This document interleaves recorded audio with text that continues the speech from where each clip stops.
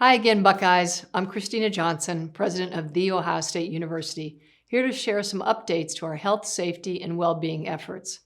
We continue to closely monitor crime on and around campus and have increased police and security patrols on campus and in parking lots and garages.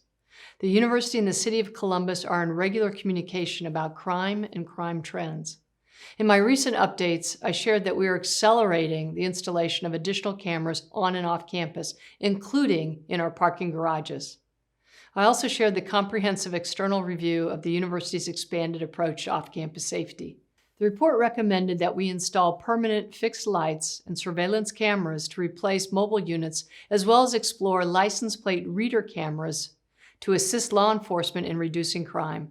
This work is in progress. Surveillance camera installation begins this week at the Ohio Union garages, and we expect to have license plate reader cameras installed near the Union garages by the end of the week. Working with the City of Columbus, we've already installed 30 license plate reader cameras in the University District and expect to have up to 60 cameras for the pilot program. The city has also upgraded 6 of the 20 mobile lighting locations with permanent LED light fixtures.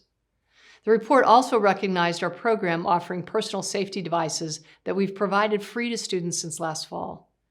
These safety devices will now be available to all faculty and staff, including at the Wexner Medical Center. These devices emit a piercing, loud noise and light up when activated, bringing immediate attention to the user. We'll share more information soon about how faculty and staff can get their units. A well-deserved spring break for students is coming soon.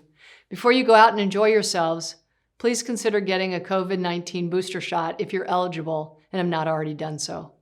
Boosters are now available at the Student Health Center, offering a convenient central location for Columbus campus students. Last week, the CDC updated their mask guidelines, and we know that cities around the country have removed mask requirements, and the City of Columbus may soon follow suit. We'll continue to watch this closely as we consider our protocols. As always, I'll have more to share next week. Go Buckeyes!